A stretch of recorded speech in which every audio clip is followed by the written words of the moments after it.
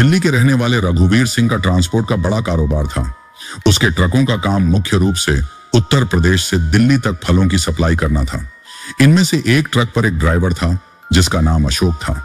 वो बहुत ईमानदार, मेहनती और ट्रक को अपनी जान से ज्यादा प्यार करता था। अशोक की एक आदत थी, हर बार डिलीवरी के बाद लौटते समय वह हाईवे के किनारे बने एक छोटे से ढाबे पर खाना जरूर खाता था। वो जगह उसकी पसंदीदा थी। वहां की तंदूरी रोटी और दाल अशोक की कमजोरी थी। एक रात अशोक फलों से भरा ट्रक लेकर दिल्ली लौट रहा था। उस रात घना कोहरा छाया हुआ था, विजिबिलिटी बहुत कम थी, मगर अशोक को अपने रूट की हर गली और मोड़ अच्छे से याद थे।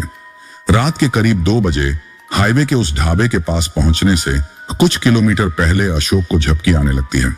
उसने सोचा कि ढाबे पर रुककर चाय पी लेगा, लेकिन इससे पहले कि वो रुक पाता, अचानक सामने से आती एक तेज रफ्तार कार को बचाने के चक्कर में अशोक ट्रक को एक पेड़ में ठोक देता है।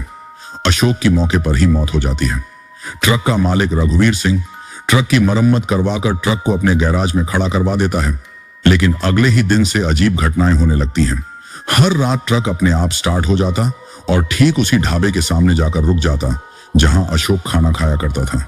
पहले तो रघुवीर को लगा कि शायद कोई शरारत कर रहा है, मगर जब उसने ट्रक को लोहे की जंजीरों से बांध दिया और ताले तक लगवा दिए, तब भी ट्रक आधी रात को जंजीरें तोड़कर अपने आप ढाबे के सामने खड़ा हो जाता। ढाबे का मालिक रोज फोन करके बताता कि ट्रक रात के ठीक 2 बजे उसके ढाबे के सामने खड़ा होता है। धीरे धीरे लोग कहने लगे कि ट्रक में अशोक की आत्मा बस गई है। कोई भी उस ट्रक को चलाने या खरीदने के लिए तैयार नहीं था। एक दिन एक सरदार ड्राइवर जिसका नाम बलबीर सिंह था, रघुवीर के पास आया और बोला, मैं इस ट्रक को चला सकता हूं। रघुवीर ने हैरानी से पूछा, तुम्हें डर नहीं लगेगा? बलबीर ने हंसते हुए कहा, डर से बड़ा नशा कुछ नहीं होता। शाम को जब बलबीर ट्रक के पास पहुंचा तो उसने अपनी जेब से शराब की बोतल निकाली। आधी बोतल उसने खुद पी ली और बची हुई शराब का थोड़ा सा हिस्सा ट्रक के फ्यूल टैंक में डाल दिया। उस रात ट्रक पहली बार अपने आप स्टार्ट नहीं हुआ। बलबीर ने रघुवीर को बताया कि अशोक को शराब की लत थी, लेकिन उसने कभी काम के दौरान शराब नहीं पी।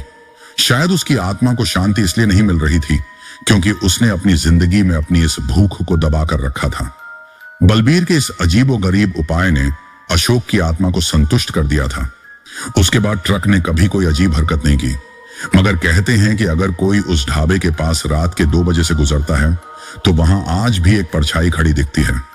वो परछाई ट्रक का इंतजार करती है, शायद एक आखिरी सवारी के लिए।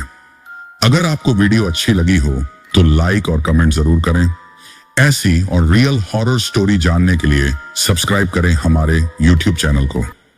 धन्यवाद।